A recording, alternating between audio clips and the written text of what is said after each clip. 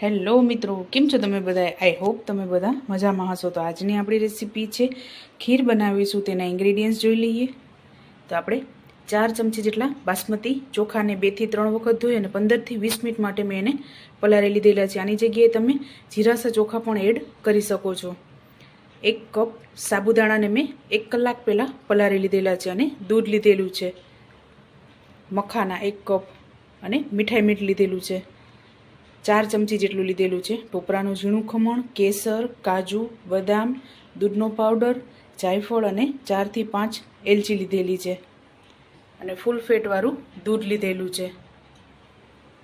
તો ચાલો recipe start કરીએ. સૌપ્રથમ આપણે ચોખાને બાફવા મૂકી દઈશું.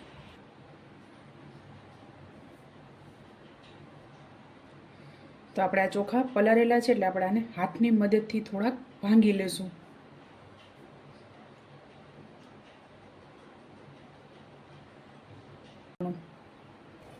તો આપણે આ રીતે ચોખાના એકદમ ટુકડા કરી લેવાના છે. પલાળેલા છે એટલે હાથની મદદથી જ આપણે એકદમ સરસ થઈ જશે.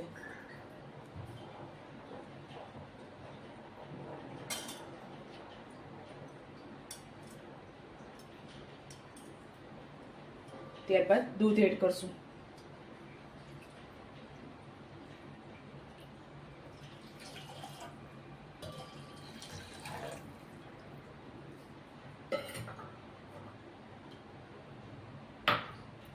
તો આપણે આ ચોખાને દૂધમાં જ પાકવા દઈશું, જેથી ટેસ્ટ એકદમ સરસ આવશે. તમારે પાણી નાખી અને તેને બાફવા હોય તો તમે બાફી પણ શકો છો, પણ આ રીતે દૂધમાં પાકશે તો એ ટેસ્ટ એકદમ સરસ લાગશે. તો આપણે આને મીડિયમ ગેસ ઉપર ચોખાને દૂધમાં એકદમ સરસ પાકવા દઈશું.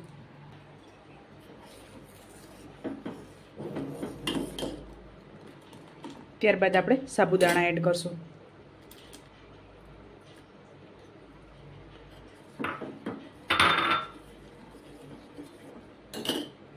અને કેસર.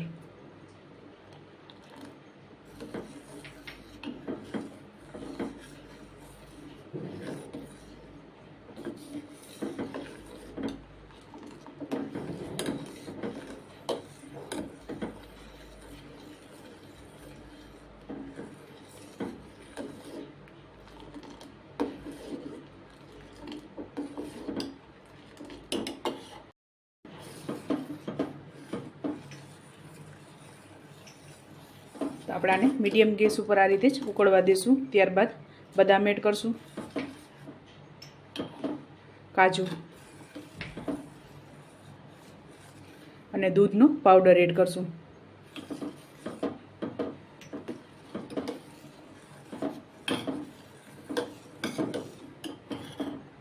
ત્યારબાદ મખાના એડ કરશું.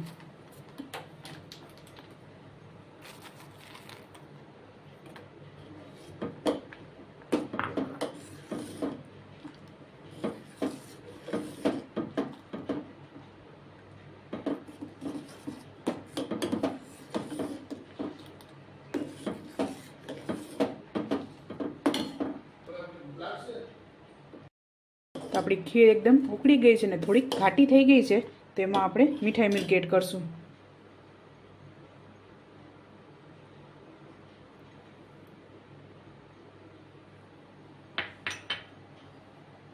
ત્યારબાદ જાયફળ અને એલચી પીસેલી છે તે એડ કરી દઈશું. અને ટોપરાનું ખમણ, ઝીણું ખમણ લીધેલું છે મેં અહીંયા.